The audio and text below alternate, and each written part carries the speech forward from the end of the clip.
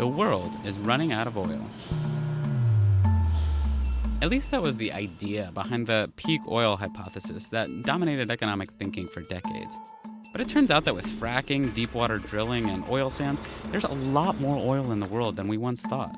The old peak oil theory ain't happening. But what if instead of running out of oil, we just stopped buying this stuff?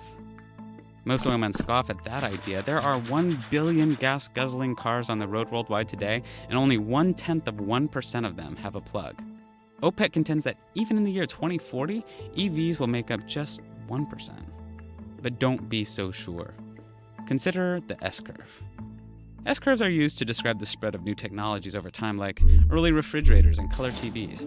Growth starts off slowly at first, and then when the product really starts to connect with everyday people, we have liftoff. Eventually, the market gets saturated and growth tapers off, forming the top of the S.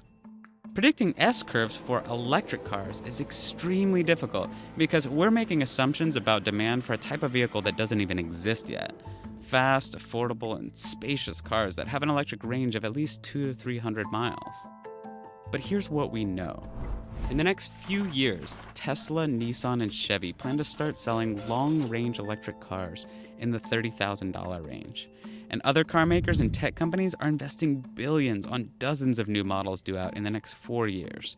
By 2020, some of these will be faster, safer, cheaper, and more convenient than their gasoline counterparts. That sure seems like the point when the S-curve goes vertical. To start an oil crash, you don't need to replace all the cars on the road today. You just need to reduce demand enough to cause a glut of unwanted oil. Consider the oil crash that started in 2014. That was caused by too much supply, when producers started pumping out an extra 2 million barrels a day. So when electric vehicles are able to displace that much on the demand side, it should also cause a crash. When might that happen? Tesla is building factories to go from about 50,000 sales last year to 500,000 in 2020. So let's assume for a minute that Tesla can meet its own forecasts, and let's assume that other car makers maintain their current combined market share for plug-ins. If each electric vehicle displaces roughly 15 barrels a year, here's the impact on oil from all the EVs worldwide. At this rate, we hit our benchmark of 2 million barrels of oil a day displaced as early as 2023. That's an oil crisis. And the thing is, it's just the beginning.